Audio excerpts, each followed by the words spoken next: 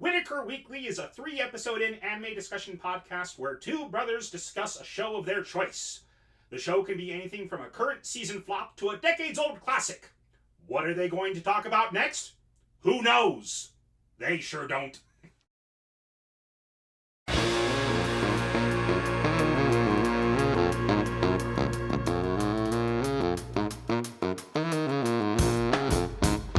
I'm Andrew. I'm Lee. And this is Whittaker Weekly. Let's get right into it. So a little bit of news that I just barely discovered. Actually, I discovered this last night. But I watched it again today and decided to go ahead and put it on our news for this episode. Mm-hmm. For one night only, a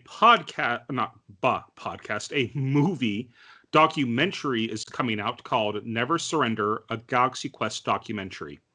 And it's done by the fandom and I want to say the Honest Trailers team. Oh, nice. And it's a documentary about the making and the behind-the-scenes stuff of Galaxy Quest, which has been widely called the best Star Trek movie ever made. It is. It's incredible. One night only. I believe it's November. I have November 27th, something like that. I don't know if that's the right date. But we'll have a link to the YouTube video, and from there will also be a link to where you can get tickets and more information to there. And that will be in the doobly-doo or whatever that's called down below on our video here. But that's kind of it for news, unless there's anything else you wanted to go ahead and cover. Nothing really sparked my interest this week. Okay. There was one thing I probably ought to mention, that one of the anime coming out soon. I don't remember if it's like next winter or this fall, but it's basically The Great Race, the anime, and it looks a lot like Baccano. Okay, what's it called? Do you know? I don't remember the name of it, but it's about it's about a team of people, like this down and out of his luck chef working in LA around like 1922 or something like that. It's a really early automobile or something.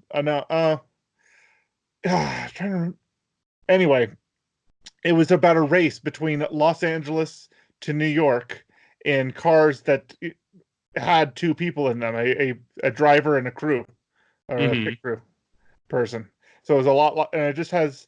It's got a lot of interesting characters that they introduced in the video I saw for it. And it has the same feel as Baccano, in terms of it just being like a very interesting period piece with an extensive cast of characters, and I just wish I could remember the name of it. I'll have to look it up, and I'll put that in the news as well. Okay. But yeah, it's about a race between Los Angeles to New York in that time period. I'll see if I can find it. It's one of the things I know that PA Works is producing it. So. Okay, cool. Let's look that up and see if we can't go ahead and actually have the name for next week's episode. But anyways, let's go ahead and just dive right into 3 episodes in. It was your pick this week, so go ahead and read the description and what we and tell our viewers what if they haven't already looked at the title of this episode. What did we watch? We watched the first 3 episodes of The Lost Village. The synopsis reads, 30 young men and women who came together on a shady bus tour. The tour's destination, an elusive, possibly non-existent village called Nanakamura. In Nanakamura, one can lead a utopian existence, free of the world's obstacles. Or so it was rumored. Like an urban legend, in despair over the real world, wanting to escape the tedious daily life, wanting to restart your life from scratch, the bus headed deep into the mountains, carrying 30 people, each harboring their own expectations and wounds in their hearts.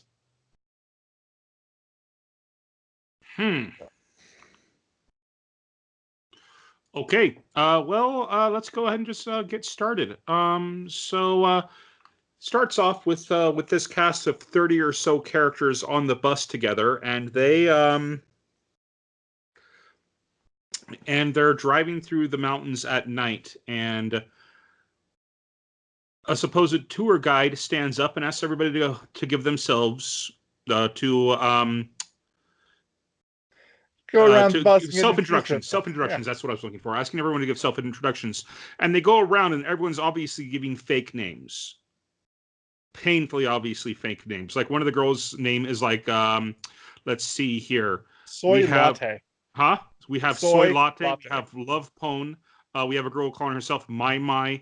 Um, Yeah, well, they're all internet names. They yep. all met on the internet, and so they're all calling each other by the internet names that they picked for each other. Mm-hmm. Mm-hmm. So that's how this group got together. One of them is particularly Shinobu. One of them. Well, Junibyo. Chuninbyo. Yeah. Hyoketsu no Judgeness. Guy who's really over the top, but yeah, and I'm just like, wow, these guys, okay.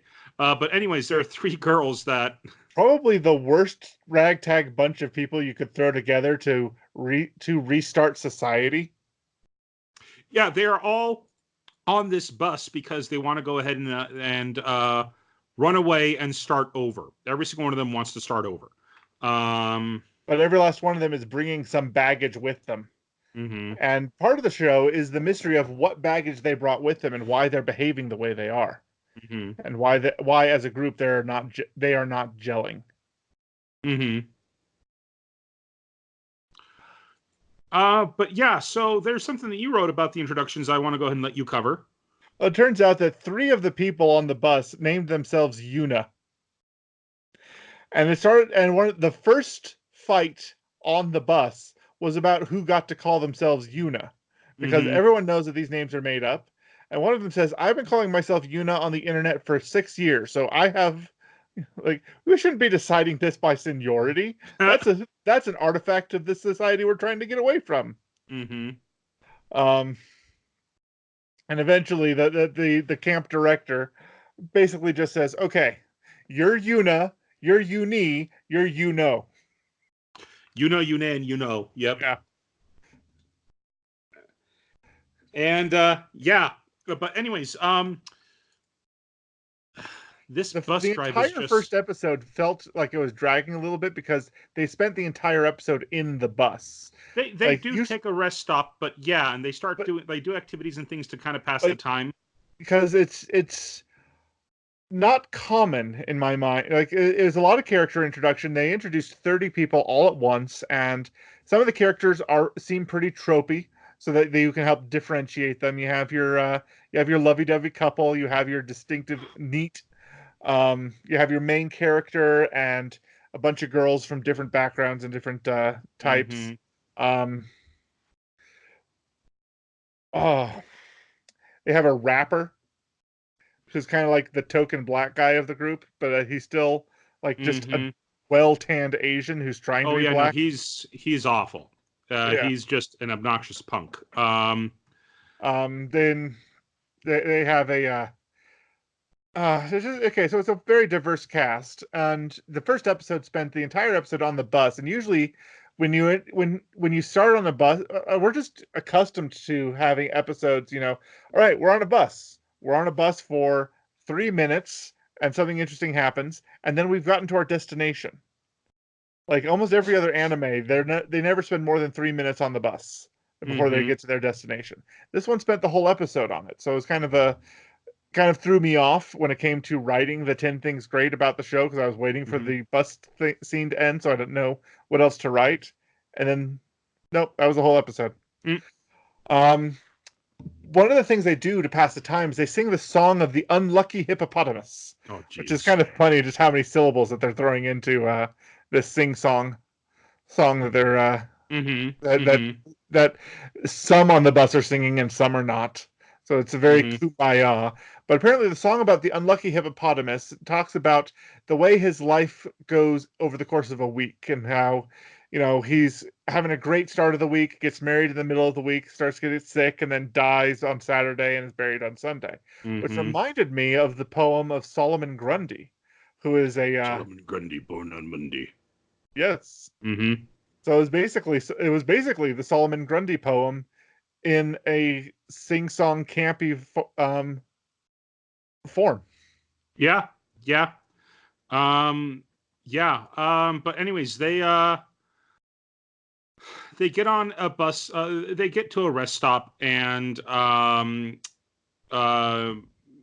Mitsumune, the guy who's obviously the main character, Yes. um, he a bunch of the girls start talking to him, Well, and what something that happened during the sing-song moment is that Mitsumune noticed that a girl behind him was crying. mm-hmm. Um, and he actually gets to talk to her during this stop. Well, he does get to talk to her, but some of the other girls start talking to him and stuff, and they seem super nice and friendly with him. But as soon as like he's away from them, Mai, the one girl, reveals that she absolutely despises guys like that. Yeah. And really, she's just being nice to him so she can go ahead and hurt him later is kind of her plan. And which is now this anime is a comedy, but really it's only really a comedy if you know B horror movies and their tropes. And the nasty girl is very much a trope in B B comedies. But one of the things about this is that there's over the top crazy things going on, and people are more concerned about how to spell somebody's name than the over the top crazy stuff. So a lot of people online, from what I've seen, consider the show absolute nonsense. But people who understand B movie tropes, B horror movie tropes, I should say, horror Mhm. movie tropes, absolutely adored this and just found it hilarious. I'm not a big fan of horror movies, Mm. so the comedy a lot of the times, like I could see it in places here and there, but I'm just like, this really isn't a show for me. But Mhm. anyways, so that's one of the tropes that it's playing on. The nasty girl in the in the in the movie. There's Yeah. also the girl who's the over the top beauty that everyone's in love with, They who's have a kind of a kid who ditz. has a terminal illness. They've got a kid who has a terminal illness. Yeah, it's crazy. The guys who just love eating all day long. So yeah, the entire cast is just a play on B movie tropes. Mm. Like there's the over the top lovey dovey couple. Mhm. Yeah. But anyways, he then goes and Mitsumune, the main character, goes and finds Masaki, the girl who is crying, and she's still crying in a corner. And the reason she's crying, according to her, is because she's feeling carsick. And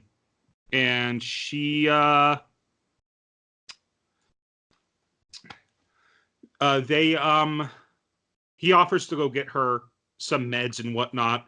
And then he has a run in with another girl dressed in a yellow hoodie by the name of Lion, as she calls herself. But she doesn't say Rayon like the word in Japanese. She says Rion.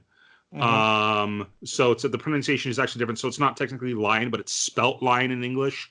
Mhm. So, but anyways, they get back on the bus. Long story short, they get back on the bus and they're singing. I think that's when they sing the song. No, And the bus driver gets upset at them.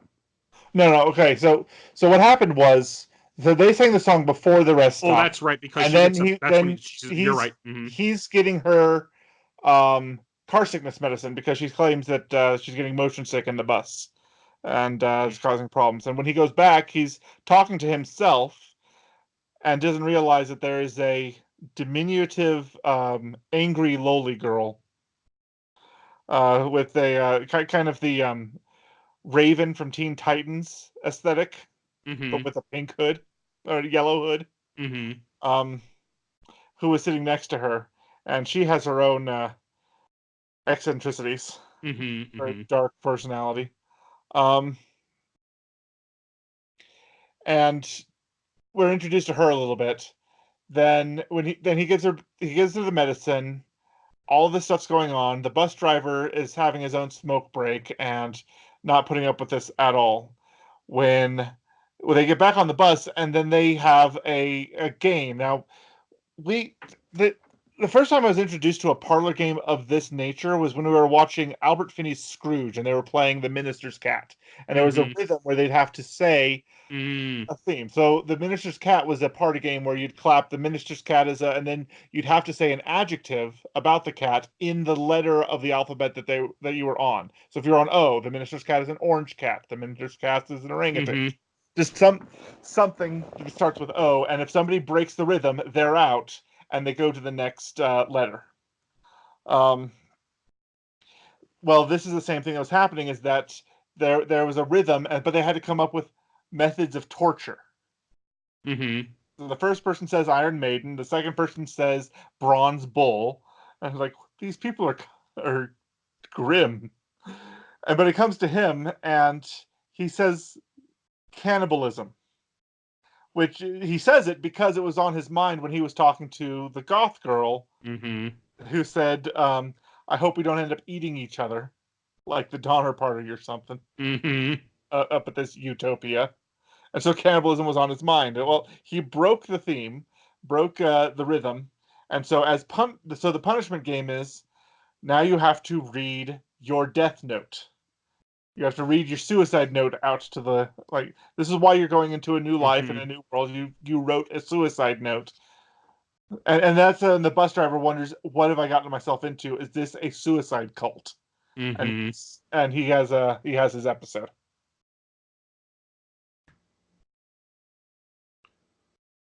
Yeah, and the bus driver gets pissed. And but then the guy, long story short, they get into a fight. Someone's an older guy stops the fight. And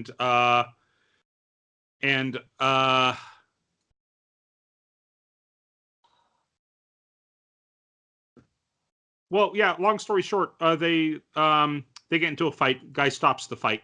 And the episode, like they just keep going up this mountain road, and uh, Well, at the what happens next uh-huh. is the bus driver goes a little crazy and just says, "If you're all going to plan on killing yourself, well, my life's hard too. So maybe we just have."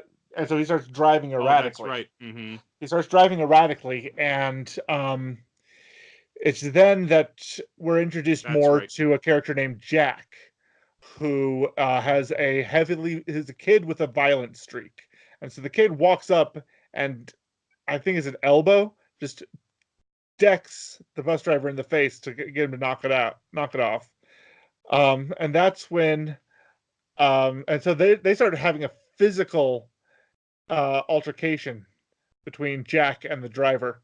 Mm-hmm. When the girl who was motion sick felt the need to stop the fight and contribute, and so she runs up to the front of the bus as you know, brakes are being slammed on and everything else, and she then proceeds to puke all over the driver. Yep. She's trying to get the fight to stop, but she can't handle it anymore, and she pukes when she gets up there. Um, Now, in previous anime that we've watched, including My Hero Academia and Konosuba, when a lady pukes, it's rainbow colored. But we don't see any of it at all. No colors, no nothing. It's just, Nope. we just know that it happened, and then there's the aftermath of all the cleaning he had to do. Mm-hmm. Um, But they're at this stop, and at this stop, they meet someone who apparently had gone ahead of them by the name of Koharun, who's the one who actually discovered where this forgotten village is that they're going to. yes. Or this village that's not on any maps or anything like that. And they all get back up on the. She's in cahoots with the camp director. Mm-hmm. They And planned this together. by And they seem cahoots, to we be mean that they're the ones who made the plan to go here. and they seem to be they're in a relationship where they're comfortable hugging each other. I don't know if Mm-hmm. that meant they were romantic. I didn't follow if they were involved with each other in any way. They had different first and last names, so I don't know if that's implied by their behavior, but they were definitely Mm-hmm. on hugging terms in public, Mm-hmm. in the company of everybody else, which you know, is uncommon. Mm-hmm. But they meet up there, and there's a bit of a an altercation between the grim adult with the bags under his eyes, and he's very intense and very I will take charge um, if anything goes wrong, sort of thing, and Mm-hmm. has his own problems. But yeah, he's intense, Yeah, yeah, and he's he's intense. not happy with the idea of a leader being foisted upon them all of a sudden. Yeah. Yeah. But anyways, they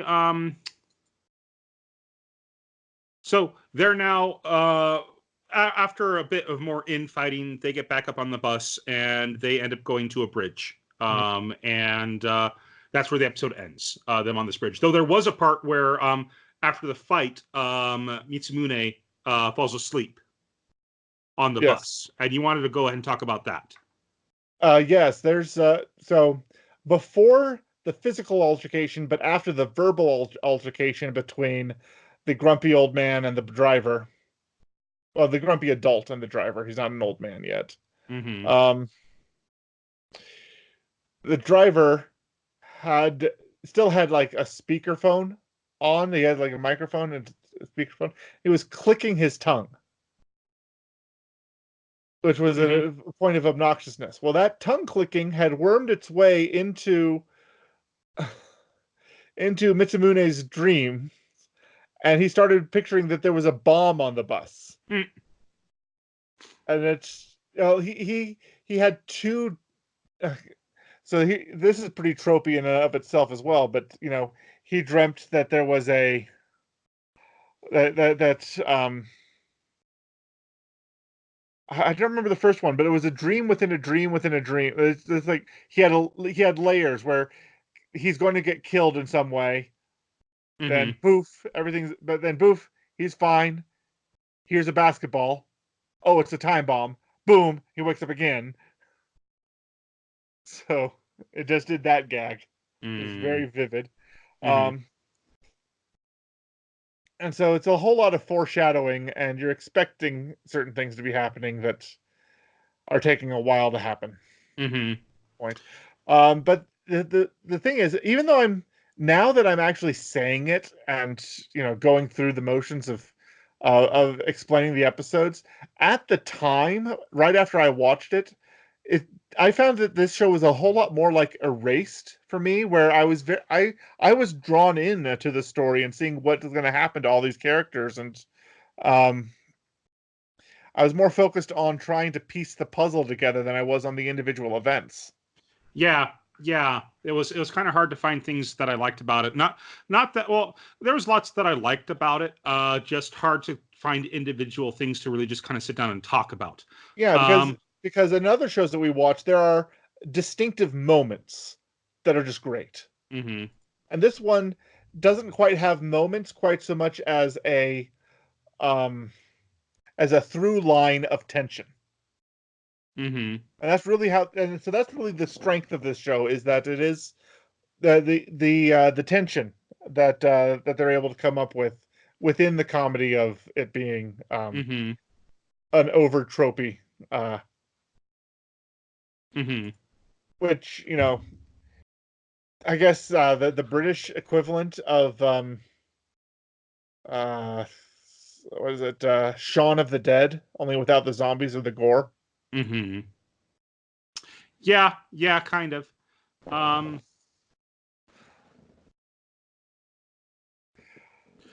So anyways. anyways, the second episode starts and they take their sweet time with it.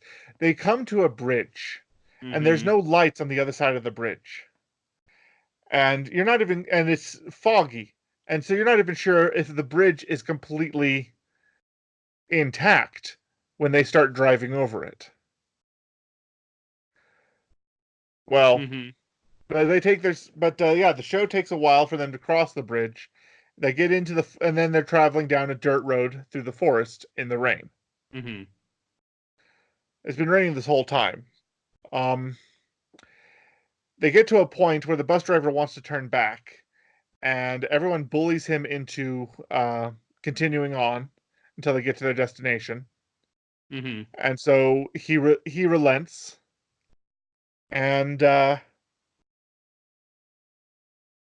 they push forward, and then the bus reaches a cliffside where where the dirt path can't support it, and it slides down and Mm-hmm. gets stuck in a place. So then there's a major scene where you kind of get a whole lot of, well, sure, the women are sympathetic to this man's needs, but all the guys are like, well, it's his bus. He caused this problem. He can get himself out of it. It's Yeah, none of like our business. all the guys are absolute jerks. He literally didn't want to go, and they kind of forced him to. And now they're refusing to help him. I mean, like they say, "Oh no, this was your decision to go," and he's just like, "No, I went because you guys wanted to keep going." So, but yeah. Anyways, yeah, a lot of the Ultimately, guys it here, ends and with, it's kind of shown that, especially the rapper, he's just a jerk. Let me find his name. It was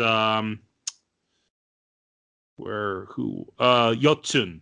Yotsun, yeah. Yotsun, just an absolute jerk. And so they then take their stuff and just start walking the rest of the way to this village because, They according to the eventually, well, information, the end of the altercation was that, since we're not going to need money there, why don't we just give him our wallets and we'll leave? mm-hmm, And so after, and which seems to be just the way that the show is going, is that there's 30 people, and each one of them has their own opinion on things, and if it takes forever to come to a consensus on anything. mm-hmm, And so it takes forever for them to decide, okay, well, why should we give him our money? Well, what's like, well, we're not going to need our money in our new utopia, says uh-huh. the son of an affluent Mm-hmm. businessman. And so he's another trope, is The rich kid. the rich kid who's good at everything, but Mm-hmm, doesn't want to be stuck in the rut that he's in.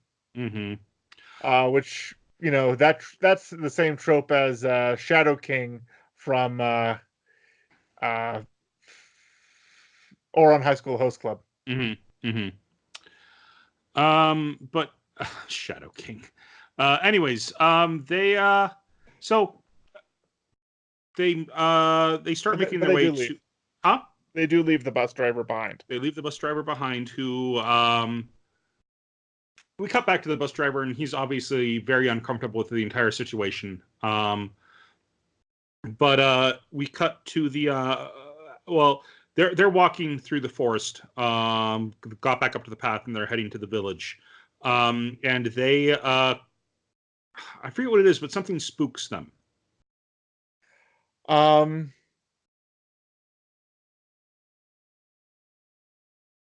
yeah, I think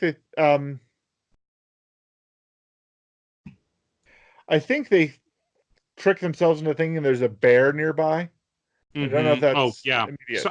something along those lines. I don't really remember, but they they run through the forest, and they end up making it to the they end up making it to the village. They do. And they start exploring this village, and they make to the village just as it's dawn, it's daylight. Yeah. And they get to the village, and they decide to go ahead and introduce themselves to the people who are already living there. But as they explore it, there's no one there. There is dust all over everything that looks like, and one of them just happens to have been a maid Yes. in a previous job. Another, let's have people here have convenient jobs so they can explain what's happening to the audience. She She says that particular house hadn't been lived in for a year for a year. because of how Mhm. much dust had accumulated. Yep. And so they then decide to go ahead and split into groups and explore the village a bit more. And our main character, Mhm. um, Mitsumune, this entire time, like he and his friend Speedstar. Speedstar, thank you. He and his friend Speedstar, they it turns out they went to an all boys school. Yes. And every time a girl talks to him, doesn't matter who the girl, like if she's cute, if she's, there's a couple of girls who are overweight. There's also the gorgeous girl who the one who came here to run away from a stalker, which makes so much sense because why would you start over a new life because of a single stalker when you could just call the police? Yeah. But again, that's an entire these people don't think straight. That's the entire thing behind this show, or another one of the things behind this show. But every single girl who either touches him or talks to him, he falls for a little bit, and he starts thinking, "Well, I'm easy. This is horrible. I'm easy. Speedstar is right. I'll fall for any girl." But he wants to go with Masaki, the girl who threw up, the girl who was having motion sickness. Yeah, To go off and explore with her. Yeah. But the other two girls, who had previously teased him. Mai, and I don't remember the other's name. I think it might be Puko. They grab him and say, "Hey, let's explore the village together with just us." And then Masaki gets dragged off with Yotsun, the rappers group. Yes. He goes and starts. Meaning let's all say names. Mitsume goes off and explores with those two girls, and they find a water pump, and he starts pumping, and it's working. And Mai's telling him, how reliable he is and how great it is, and she puts her hands on his hand, and he's like, "Oh, hey, maybe I'm not super easy. I felt nothing with you touching me." To which she gets super upset, saying, "Are you saying I'm not attractive?" Even though we already know that the entire reason she's doing this is to, make a fool of him. So she then gets upset, runs off. He goes after her. And I think that's when we hear a scream. No, there isn't a scream there, is there? What happens, though? So I know they get called back to the main group. They do. Well, anyways. So there's more investigating going on. The different groups, one group finds a gardening implements that some people assume. Oh wait, is that there's red on the tip? Covered in blood. This might just be rust, guys. I'm pretty sure this is just rust. Yeah. And another group finds a farming, farmland filled with vegetables. Yes. And the college girl who joined them later on, and it's revealed that the entire reason they know where this is because of the research that she's done into folklore. Yes. And local legends and things like that. She had figured out most of it except for where the last piece was, and then got a mysterious email that pieced the rest of it together for her. Mm-hmm. But she never could figure out who the email came from, and that's deeply suspicious. And it's extra suspicious because she didn't bring her laptop with her because she knew she wouldn't have Wi-Fi signal or anything. So why bother? Exactly. So you did it on purpose. Oh. Mm-hmm. Anyways, they but the group that finds she's with the group that finds the tilled fields, and they're talking about how great this is. Now they can go ahead and use these vegetables, and they'll have food for a while. And she looks at the fields and goes, "These were well taken care of. It's like people were taking care of these fields until just yesterday." Yeah. So we have the house that has been lived in for a year. We have the fields that have, that were taken care of.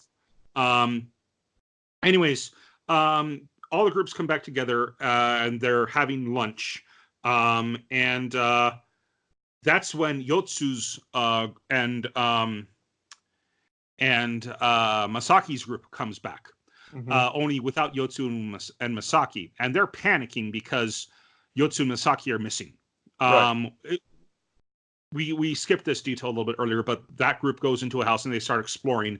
And Yotsu very obviously wants to take advantage of this situation to have his way with as many women as he can.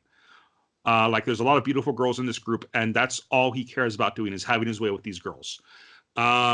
Anyways, he then convinces Masaki to go off with him. And one of the guys in that group says, "Look, they went off together. He was trying to get into her pants. That's probably what's happening right now." To which Mitsume immediately shouts out, "That's not possible. She wouldn't do that sort of thing, even though he's only known her for less than a day." To which Speedstar calls him out on. There was one thing I wanted to talk about, though, with Speedstar and Mitsune's relationship. I think this. I'm trying to remember when this happens. Um, in the episode, I think it happens earlier on. But he's getting picked on by some kids in elementary school. And one of the kids, I forget what they're making fun of him for. They're calling him something like they're calling him a turbo nerd, and says, "Speak English to us." Yeah, because apparently he's really smart or something like that. And then up from behind them comes Speedstar, jams his thumb onto one of their foreheads, and the one who he hit turns around and says, "Hey, what was that for?" And he says, "Oh, that pressure point's going to give you the runs. You better get to the bathroom real fast." And after like a couple of seconds of them shouting back and forth, the kid gets the runs and runs off to the bathroom. So, but that's more evil than the Vulcan neck pinch. Oh yeah, far more effective too. But anyways, Speedstar this entire time is trying to get the entire reason he's come is to prove this thing wrong. He was like, this is ridiculous. There's no way this thing is real. This is a scam. I'm going to find out what kind of a scam it is. And he reveals that at one of the bus stops, and why he's really there. And Mitsumune is telling him about how important it is that he not disclose that with anyone else to keep it down. Because a lot of them are really looking forward to that trip apparently. But and it's also during this first initial part that they're exploring the area that the Justness guy gets upset at Jack. He just starts bullying Jack, saying, "You can't have that name. It's too close to my name. You need to change yours." Which is so dumb. Yeah. It's like, you're an idiot. But again, that's the point. It's making fun of these tropes. It's showing you how stupid these tropes are. Well, I guess not really showing you how stupid they are. It's designed for people who know those tropes and enjoy those tropes for them to go ahead and sit back and laugh at it. Kind of like, I guess, talked about it earlier, Galaxy Quest. Yeah. Galaxy Quest is made for people who love Star Trek and can sit back and make fun of Star Trek because of how much they love it. I mean, they love it, but oh yeah, no, that's an issue. That's an issue. Yep, that's totally an issue. But it's great. We don't care. So it's a great so that's what this show's. That's what this show's made for. People who look at B-rated horror movies, especially ones in Japan, and love them, but are able to point out, these are flaws. Don't care. Still love it. But anyways, I wanted to say that during this part when they were searching the buildings, the two lovebirds were driving me nuts because it's like, you guys, okay, we get that you guys are in love, and their reason for coming here is because their parents wouldn't let them get married. So they're running off to get married. They're running off together to get married. Anyways, it's Piton and what's his name? Piton is the girl, and I think Monbei is the guy. Let me go ahead and just double check here. Yep. But they're so overly lovey-dovey, and she's so afraid of everything, and he's so willing to step in and protect her. I would die for you. No, don't die for me. I want to live a good long life with you. I came here to spend this life with you, not the next one. But they also get they divide the rooms up between genders for now, and then they get very upset at the fact that they're not going to be together. Well, Piton more gets upset that then Monbei. Monbei's more mature about it and says it's just going to be for a couple of nights until we can find a place for ourselves. Yes. But anyways, they but they were driving me nuts just because it's like it's an act, and they're just absorbed in those roles and just going for it. Just to the point to where it's fake. But again, that's the point of the show. Anyways, they they go to find Yotsu and Masaki, and they're not able to find them. So people start freaking out. Right. they're looking through buildings. They're trying to find whatever they can. They go to the area where the group was, and our main character, I keep forgetting his name. It begins with an M. Mitsumune. He goes off and searches. He goes off into the forest, and he's able to find her. Well, what happens was they Mhm. were in a group together. They ran into a bloody bear claw mark That's right. on a Mhm. tree, Oh, and everybody scattered, and he fell and rolled down the hill mhm. right to where she was. Yep. That reminds me. I just remembered. Oh, in the beginning of this episode, where they run away from something that scares them in the forest, they find a bear paw that's not quite a bear paw, and it freaks them out, and then that's what it was. Yes. But anyways, yeah, he rolls down the hill and finds her. They bring her back, and they're feeding her and stuff, and they're questioning her. And she's saying, "I don't know what happened. Like he took me into this. He took me over here. He noticed something. He left me there. I went after him." And before she's really able to finish what she's saying, she gets cut off by the more logical people in the group, who are just cold jerks. And they keep trying to poke holes in her argument, making her freak out even more. To which Mitsumune stands up for her, and the rest of them are like, "Why are you standing up for her? You don't even know her." Um, and this is when the guy who was a big jerk to the bus driver, um, he he stands up for Masaki, and he says, "How dare you?" Pretty much. What are you going to do? Are you going to use torture techniques on this girl to try to get the truth out of her? Are we going to waste time doing this? Or are we going to go to try and find him? And so he gets up and he goes off, and it's revealed that he's feeling guilty for why, because that he was actually this character. I wrote it down here. Volcana is his name. Mm-hmm. He's an older guy, meaning he's in his mid-20s, while most people are in their late or early teens. Yes. He's not the oldest one in the group, but he's still up there. But anyways, he goes off to search for them, and it's like he feels guilty for the two of them disappearing because he was kind of the leader of that group that they were in. Yeah. Anyways, Well, we end up having a flashback scene that explains his reasonings. yeah, because we find out that which I think was, this is in episode 3 where that flashback happens. But go ahead. he was apparently he was the best tech guy in a small company that was so famous and popular that he personally would be called in by other tech companies to help fix a problem or do certain things. And then at some point, a plot was made to frame him for incompetence and ruin his career. Mm-hmm.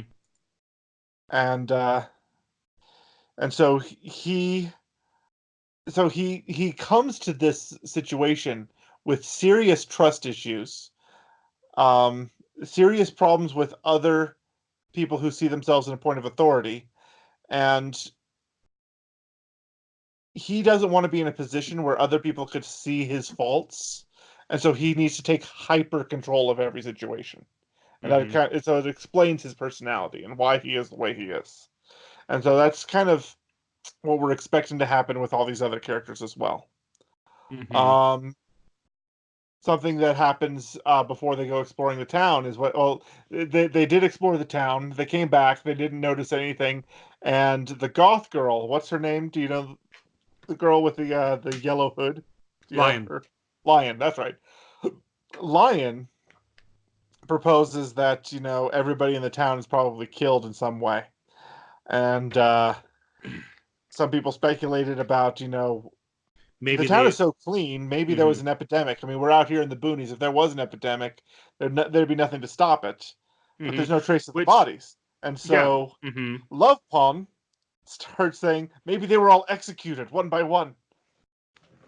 In fact, To she's which been that using is the her. word execute quite a lot. Yep. Yep. She Um, uses that word a lot.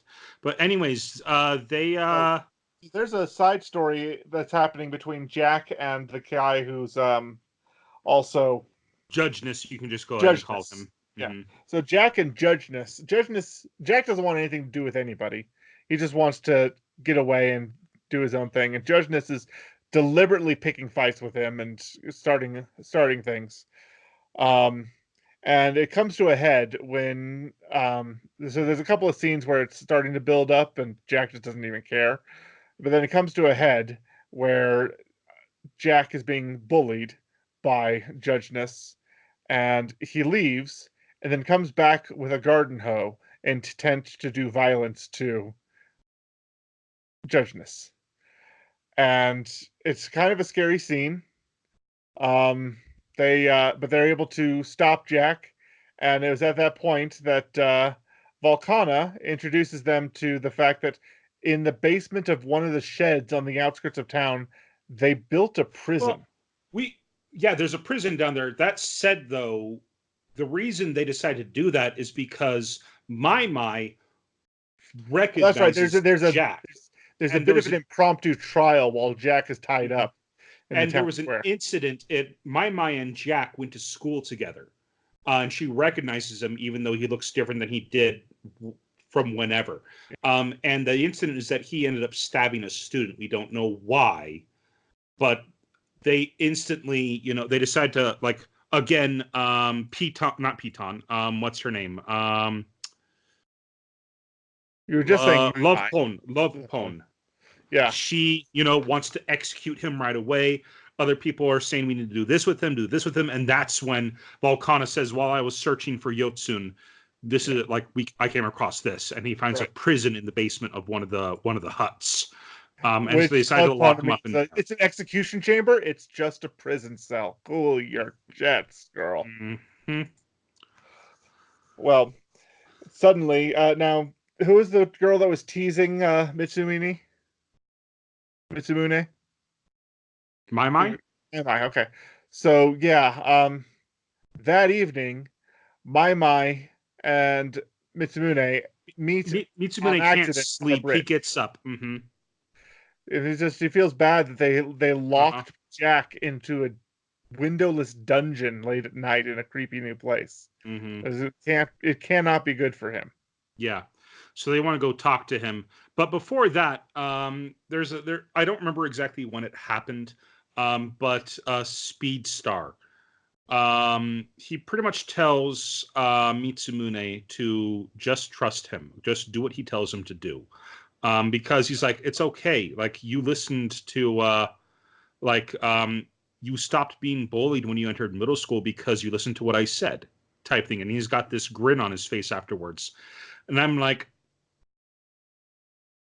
you beat the tar out of anybody who tried to pick on him, didn't you, or something like that? I don't know, but something about that grin with Speedstar's face made me not trust him. Made me think that there's a much darker tone to him than the show has shown so far. But anyways, what Mai and Mitsu Mune are on the bridge, and they're like, well, before they can say they want to go visit him, Love Pone shows up.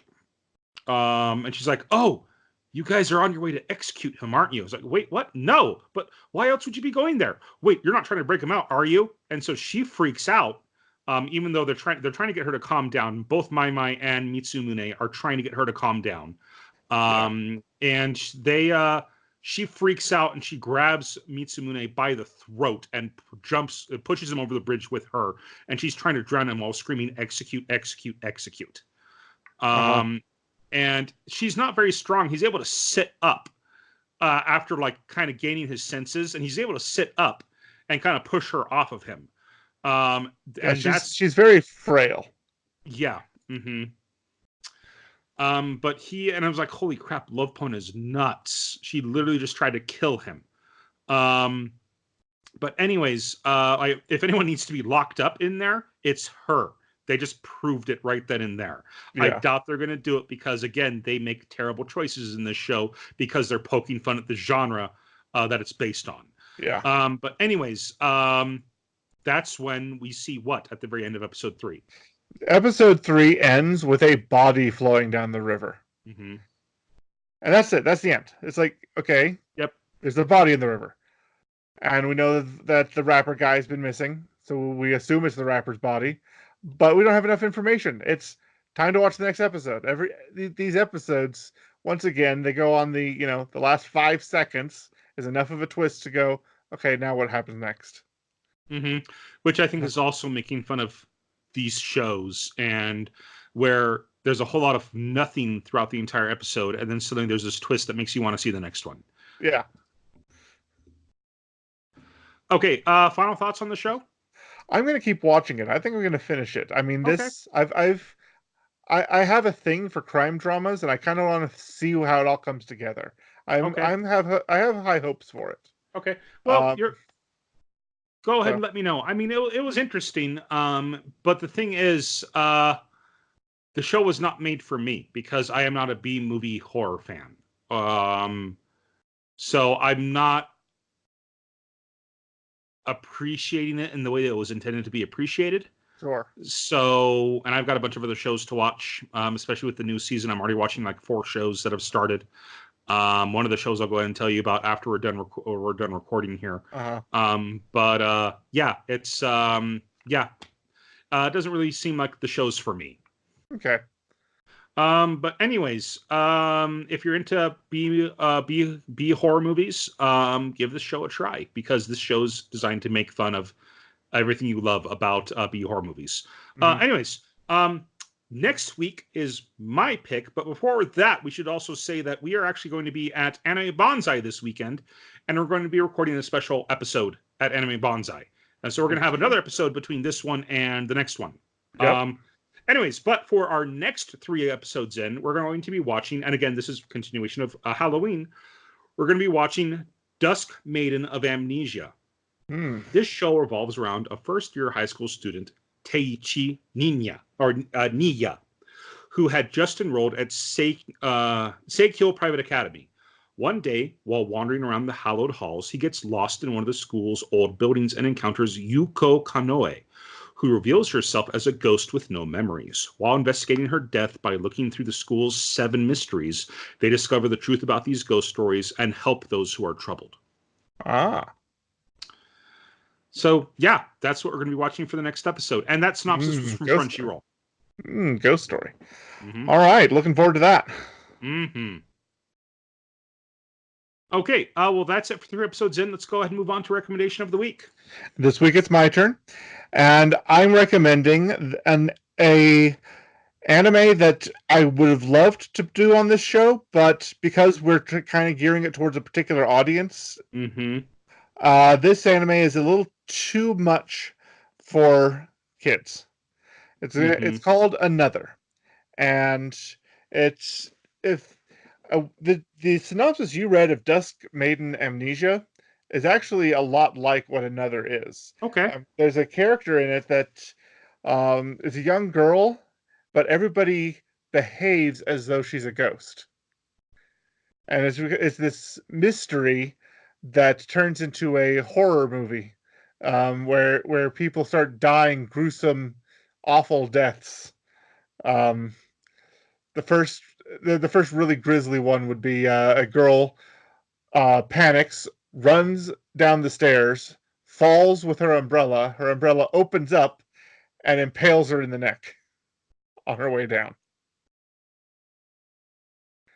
And it's like, okay, that was needlessly gruesome. Yeah, I remember you telling me about this show. Yeah. I thought I might inflict it on you at some point, but no, we're not going to do it we're not going to do a 3 episodes in for Another on this show, I'm afraid. But if you're the kind of person who's looking for some gruesome horror for Halloween, I recommend Another. It's kind of fun, actually. Okay.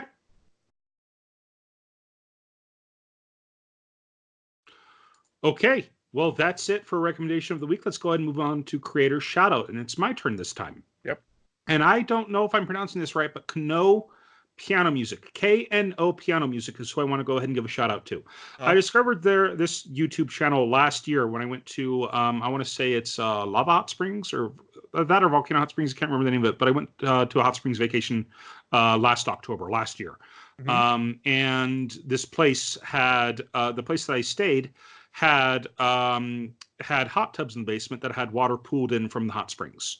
And you could reserve times for it, and they recommended no more than 15, 20 minutes at a time, so you don't pass out in the heat. Sure. But I would sit in one of these rooms by myself because I went by myself. And I brought my tablet along, and I listened to music while soaking in these bathtubs or in these hot tubs. And I discovered a 2-hour piano medley of Studio Ghibli music that this channel had created, that this person had created. And they have a ton of just hour to 2 hour long videos of just piano songs of either Disney's music, Studio Ghibli music, some other things as well. And I rediscovered them recently, and I've been listening to them at work to kind of help pass the time. Very relaxing, good music. We're going to have their links for Twitter, their YouTube page, and Instagram, all in kind of, the little description, video description below. So go ahead and give them a try if you like relaxing piano music. All right. Well, that's it for another episode. Thank you guys so much for listening in this week. If you listened in on YouTube, please feel free to like this episode and subscribe to our channel. If you like what we do and want to support us, please share our channel with your friends. Where can they find us on social media? Our site, WhittakerWeekly.com, currently has the links to our Facebook page, Twitter account, and YouTube channel. We encourage all our listeners to follow us on the social media platform of their preference, and if there's one we're not on yet, please reach out to us on one of the ones we've mentioned, and we'll broaden our scope to include you. All right. Well, I want to give a shout out to Ben Coombs for providing the artwork for us. And another shout out to Brazmataz for writing the song Dry Colk, which we use to open and close our podcast with. All right. Well, thank you guys so much for tuning in this week. I've been Andrew. I've been Lee. And this has been Whittaker Week. You guys have a great week.